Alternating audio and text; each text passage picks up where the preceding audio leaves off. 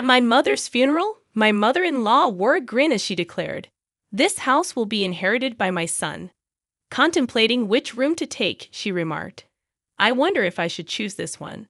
Politely, I corrected her, stating, "Actually, I'm the one inheriting this house." Unfazed, she retorted, "I know, but isn't it true that a wife's belongings belong to her husband? So, in essence, this house belongs to my son, right?" I sighed, questioning the validity of her claim. Cheerfully, she added, "From now on, let's get along." Hesitating, I asked, "What do you mean by get along?" She declared, "Turning this room into my room." I inquired, "Does that mean we'll be living together?" Confidently, she replied, "Exactly." With such a splendid house, it'd be a waste to have empty rooms when two people can live here, don't you think? Despite my recent loss, my mother-in-law seemed blissfully unaware of my grief. Why would she bring this up now? Can't she see the sadness on my face? It's no time for jokes. This house holds precious memories, built by my respected father and cherished by my late mother. I don't want my unreasonable mother-in-law to live here, and my husband, who doesn't stop at it, is equally at fault. To prevent my precious home from being tainted, I decided to take the initiative before moving out. I am a 42-year-old office worker, having missed the timing for marriage and still being single after turning 40. I had given up on the idea of getting married. However, through an acquaintance's introduction, I met Michael, who is 4 years younger than me, and we were able to get married.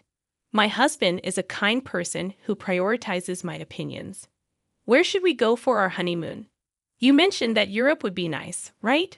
I asked. "But didn't you say you preferred the Maldives?" "Let's go to the Maldives," my husband replied.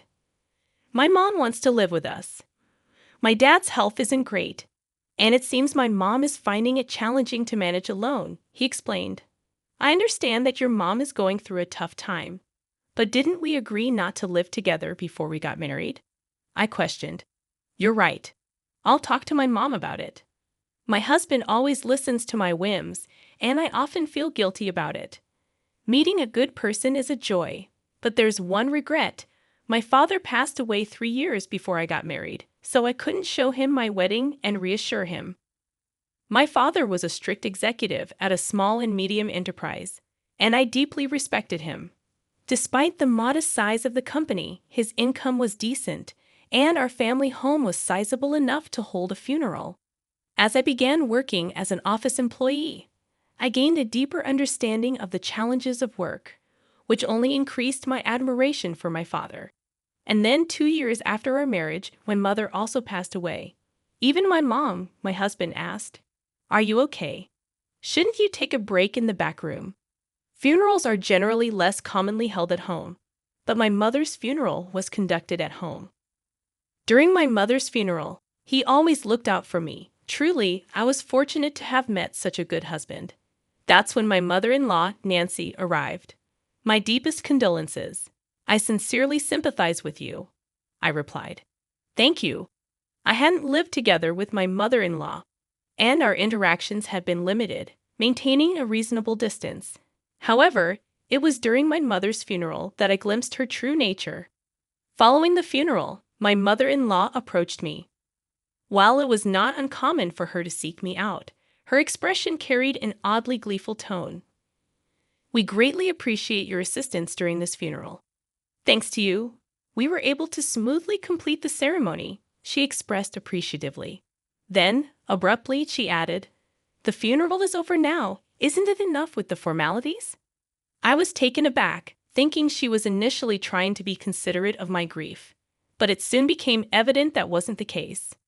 Commenting on the splendid house my parents had, I replied, "Wait a moment."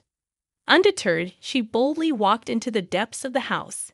I protested, "Oh, Mom, this is inconvenient. Some areas are messy." Dismissing my concerns, she declared, "Don't fuss over details. More importantly, this house will be inherited by my son. I wonder if I should take this room." Hesitating, I tried to clarify, "Mom, actually, I'm the one inheriting this house." Smirking, she responded, "I know your parents didn't have any other children, right? And isn't a wife's belongings her husband's? So, in essence, this house belongs to my son, doesn't it? I sighed, questioning the validity of her claim. Cheerfully, she added, from now on, let's get along. My hesitation prompted her to confidently declare, I mean turning this room into my room. Concerned, I asked, does that mean we'll be living together? Without hesitation, she replied, exactly. I've decided with such a splendid house. It'd be a waste to have empty rooms when two people can live here. Finally, I won't have to take care of my husband all by myself. Unfortunately, my mother had recently passed away, and yet my mother-in-law was making such statements. I became increasingly angered, wondering why she would joke around at a time like this. Just as my conversation with my mother-in-law seemed to catch my husband's attention, he intervened. Mom, what are you saying? This isn't the right time for such discussions, he scolded. Undeterred, my mother-in-law retorted, why make such a fuss? Firmly, my husband insisted, just leave. He escorted her out of the house, apologizing, sorry, my mom can be unreasonable. Grateful for my dependable husband, I replied, it's fine. Thanks to you for handling it. Yet, in the days that followed, I would come to realize that my husband's perspective on scolding my mother-in-law was subtly different from my own. 10 days after my mother's funeral, as things settled down a bit, we decided to discuss the fate of my family home. Unexpectedly, my husband made a proposal. This apartment is cramped. Shouldn't we move back to my parents' house? I suggested. Agreeing, he added, yeah, you're right. With more belongings and the possibility of having kids, it's better than squeezing into this tiny apartment. Then, hesitantly, he concluded, well then, we should start preparing for the move. I had a pressing matter to discuss about the move. What's the matter? I inquired. He hesitated before revealing. Considering the spacious house and all the empty rooms, I thought maybe my parents could move in with us. Stunned, I questioned, are you suggesting we live together? Recently, I've noticed a change in my husband. Despite thinking he prioritized my opinions, I now wonder if he's merely a yes man or even a pushover. His compliance with my mother-in-law's requests and his suggestion of living together make me question his true stance. Despite my repeated objections to cohabitation, he persists, seemingly prioritizing her over me. Haven't I said it repeatedly? We won't live together, I remind him. He responds, but Mom keeps insisting on it. I counter, during the funeral, you scolded her, didn't you? You stood up for me and opposed cohabitation. He admits, yes, I was upset about her barging into the house. But that doesn't mean I'm entirely against living together. I just thought such an important decision shouldn't be made casually in that setting. It was decisive. Despite nodding in agreement with my stance, he seems more inclined towards my mother-in-law. Moreover, he avoids making definitive decisions, maintaining a certain distance, perhaps unconsciously believing he remains neutral. People like him can be tricky, convincing themselves of their neutrality and decision-making abilities. It's frustrating. I oppose living with someone who barged into my parents' house on the day of the funeral and suggested living in a particular room. I won't change my stance. Please convey this to your mom, I insist. He responds, why? You seem really bothered by it. Fine, I'll let her know. While I had mentally prepared for the possibility of living with my in-laws when we got married, witnessing my mother-in-law's behavior during my mother's funeral changed my perspective. Living together in the cherished home my father built is now unthinkable, especially considering my husband's lack of assertiveness. When he conveyed my opposition to cohabitation, my mother-in-law directly protested by calling me. Why are you opposing cohabitation when there's such a spacious house? You're Michael's wife now, and his father and I are your parents, right? Why such strong opposition to living together with us? I reiterated my decline for cohabitation, explaining my husband's mobility issues and the challenges I face alone. She accused me of abandoning them, prompting me to remind her of the reasons my husband had shared. Despite feeling sorry for my father-in-law's health, I can't ignore the possibility of everything related to him being pushed onto me if we were to live together. If we consider cohabitation a significant improvement in my husband and mother-in-law's mindset is a non-negotiable requirement. A few days after my mother-in-law labeled me heartless, my husband surprised me by rearranging the living room, moving furniture around to create space. Intrigued, I asked, "What are you doing? Is this for storing moving boxes?" He responded, "No. I'm planning to make space for 2 beds here." The mention of 2 beds filled me with dread, and cautiously, I asked, "Are your parents coming to stay?" To my dismay, he replied, "No, they're moving in today, even before the actual move." The realization hit me, despite my objections. My husband and mother-in-law were forcing cohabitation upon me. Why is this happening? I questioned, feeling a growing sense of frustration. He explained their lease is up, so we decided they'd move here without renewing it. "It'll be cramped for 4 people, but we're moving soon, right? Just bear with it for a little while." Distressed, I reiterated, "That's not what I meant." Why is cohabitation even on the table? I've said it before. I don't want to live with someone who barged into my parents' house on the day of the funeral and suggested living in this room. I'll make sure to talk to Mom. He responded, "We'll be living together from now on, so please get along." Annoyed, I questioned, "Why do you prioritize everything your mom says?" He clarified, "It's not about prioritizing her. I listened to both of your opinions and made a judgment." However, my husband, often a yes man when it came to my mother-in-law, seemed to have fallen for her cohabitation strategy. Unwittingly swayed by her, he believed he was making independent judgments. I used to see him as kind, but when paired with my mother-in-law, he became a handful, forcing me into cohabitation with my in-laws. As we welcomed my in-laws into our cramped apartment, my mother-in-law began complaining about the living conditions. Apologizing for the sudden addition of 2 elderly people, I assured them we would endure until the move. However, my father-in-law, Tony, seemed polite, and it appeared he wouldn't be problematic. But subtle signs indicated he was following my mother-in-law's lead, becoming another yes man. Days later, my mother-in-law requested an errand to buy a medicated patch. Frustrated, I wondered why she made decisions without involving me in the conversation. Minor as it was, it raised concerns about potential future impositions. Living together seemed unsustainable. With my in-laws preparing for their move to my parents' home, I decided to take preemptive action. As my mother-in-law expressed excitement about moving to the spacious house, I initiated behind-the-scenes preparations, determined to protect my parents' home. After about 10 uneventful days, I revealed my decision to renounce my inheritance. Handing over the official court approval, I explained, "That house holds immense sentimental value. I couldn't bear the thought of you living there, so I decided to let go of the house, preserving it as a beautiful memory in my heart." My mother-in-law scolded, "What madness possessed you? Even if you were letting it go, you could have sold it for money. Why abandon the house?"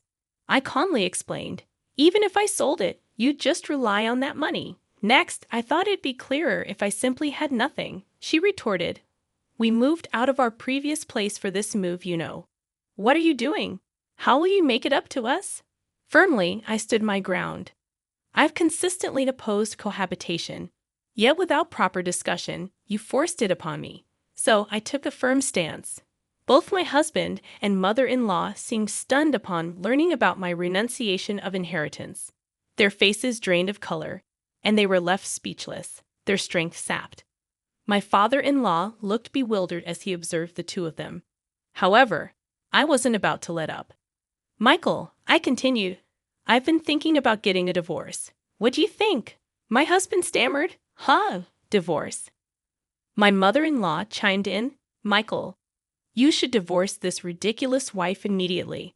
I had expected her immediate demand for divorce, wanting to confirm whether my husband could make an independent decision at this critical moment. "Mom," my husband mumbled. His response was still pending, but my resolve to proceed with the divorce had solidified. Fine, divorce is the only option, my mother-in-law snapped. My father-in-law interjected, Michael, it can't be helped. Your mom insists. Sighing, my husband said, well, you seem to want a divorce too, and maybe that's for the best. Even insignificant decisions, my husband and father-in-law remained yes men to my mother-in-law, and now my husband's words made it sound as if he changed his opinion for my sake. Very well, I declared. Let's proceed with the divorce. I'll be moving out with minimal belongings. I spent the night at a budget hotel. Urgent matters awaited the next day, so I took half a day off work and headed back to the courthouse. A few days later, my mother-in-law called me, demanding answers. What's going on? It seems that house is becoming yours. Why the sudden outburst? Did you find out through the estate division process? Yes, that house belongs to me. You forged documents and deceived us. I calmly refuted. Why would I forge documents meant for court submission? Those are genuine. Then why is the house becoming yours when you were supposed to renounce the inheritance? I explained. Well, right after that, I promptly withdrew the application. Renouncing an inheritance is difficult once accepted. However, it takes about a month for the renunciation application to be accepted, during which time it can be withdrawn at any point. The documents I showed my in-laws were not acceptance-related. They were from the application stage. I intentionally made them believe I had relinquished the house and confronted them with the prospect of divorce to gauge their reactions and decide my next steps. I didn't expect my mother-in-law's mindset to change, but I hoped my husband would reconsider and express that he didn't want a divorce. If he said he didn't want a divorce, I planned to rethink it and later explain about the house. However, so the house really becomes yours then, since it was acquired before the divorce. It's subject to property division, right? In such cases, you two are supposed to split the money from selling it, don't you? My mother-in-law seemed determined to extract whatever she could, recognizing the house wouldn't be hers. However, I had foreseen this. If that house were jointly acquired, it would indeed be considered shared property. However, it's a unique asset acquired through inheritance, exempt from property division. Unfortunately, specific assets like this aren't eligible for division. She persisted. What about the money that would come to Michael through property division? I calmly responded. We've only been married for a few years, so there's hardly anything substantial. Maybe just the car, although there's still an outstanding loan on it. Accusing me of selfishness, she called me heartless and declared, I'm protecting that house because it holds precious memories of my parents. I don't want people like you living there. If you have any further complaints, please go through a lawyer. After the call with my mother-in-law, the divorce proceedings progressed smoothly. Presumably, she urged my husband to expedite the divorce. Regardless, the divorce was finalized, and I was free from the burden of dealing with my in-laws. I felt a sense of relief, as if I had successfully shielded my father's home from harm. After I moved out, my former in-laws spent some time in the apartment where my ex-husband and I used to live. Despite one less person, the small space likely felt cramped. My former mother-in-law explored new housing options, but their age posed challenges in passing rental application screenings. Consequently, my ex-husband opted to rent a smaller single-family home for them. Although it's smaller, being a house, the rent is likely higher than the apartment. He also assumed the responsibility of supporting his parents. My ex-husband faces a challenging life ahead. Initially excited about moving into the large house my father left behind, my former mother-in-law now settles for a considerably smaller home, likely leaving her disappointed. As for me, I've embarked on a new chapter in the house my parents left me. It radiates warmth, as if my parents are still present. If you enjoyed this story, consider subscribing to the channel. Until next time,